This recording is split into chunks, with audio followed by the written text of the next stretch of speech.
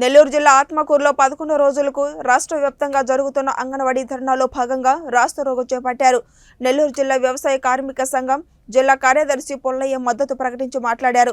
అంగన్వాడీ వర్కర్సుల గౌరవ వేతనం 26,000 రాష్ట్ర ప్రభుత్వం పెంచాలని, లేని పక్షంలో ఇదే స్ఫూర్తితో ధర్నా కొనసాగించి తమ సమస్యల పరిష్కారం కాకపోతే గత ప్రభుత్వానికి పట్టిన గతే పడుతుందని అంగన్వాడీలు సమైక్యంగా ఉద్యమ స్ఫూర్తితో కార్యక్రమాలు చేపట్టామని తెలిపారు.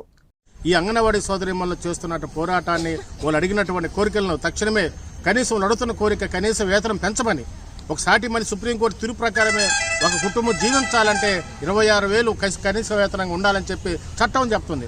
దాని ప్రకారంగా అయినా కనీస వేతనం 26,000 రూపాయలు చేయాల్సిన అవసరం ఎంతైనా ఉందని చెప్పి ఈ సందర్భంగా మేము చేస్తున్నాం. అది పరిష్కరించకుండా మేము టీఏలు ఇస్తాము, డీఏలు ఇస్తామని చెప్పి ఈ బూటకప్పు మాటలు చెప్పడం చాలా బాధాకరం. కాబట్టి తక్షణమే వీళ్ళ సమస్యలను గుర్తించి మీరు వీళ్ళకు న్యాయం చేయాలని చెప్పి ఆంధ్రప్రదేశ్ వ్యవసాయ కార్మిక సంఘంగా మేము డిమాండ్ చేస్తున్నాం. అందరికీ నమస్కారం. నా పేరు రాధా. నేను Atmakur project anganwadi workers and helpers union కార్యదర్శిని. ఈరోజు మేము సమ్మెలో భాగంగా రాస్తారోకో నిర్వహించాము. అక్కడి నుంచి వచ్చి మళ్ళీ శిబిరంలో సమ్మెను కొనసాగిస్తున్నాము. ఈరోజు 11 రోజులు చేరిన సందర్భంగానైనా మన ముఖ్యమంత్రి స్పందించి రేపు ముక్కోటికి మాకు శుభవార్తను అందిస్తారని, కనీస వేతనం పెంచుతున్నామన్న శుభవార్త అందిస్తారని ఈ సందర్భంగా మేము ఆశిస్తున్నాము. మేము 11 రోజుల నుంచి చేస్తున్నా కానీ కనీస వేతనం గురించి మాత్రం మాట్లాడట్లేదు.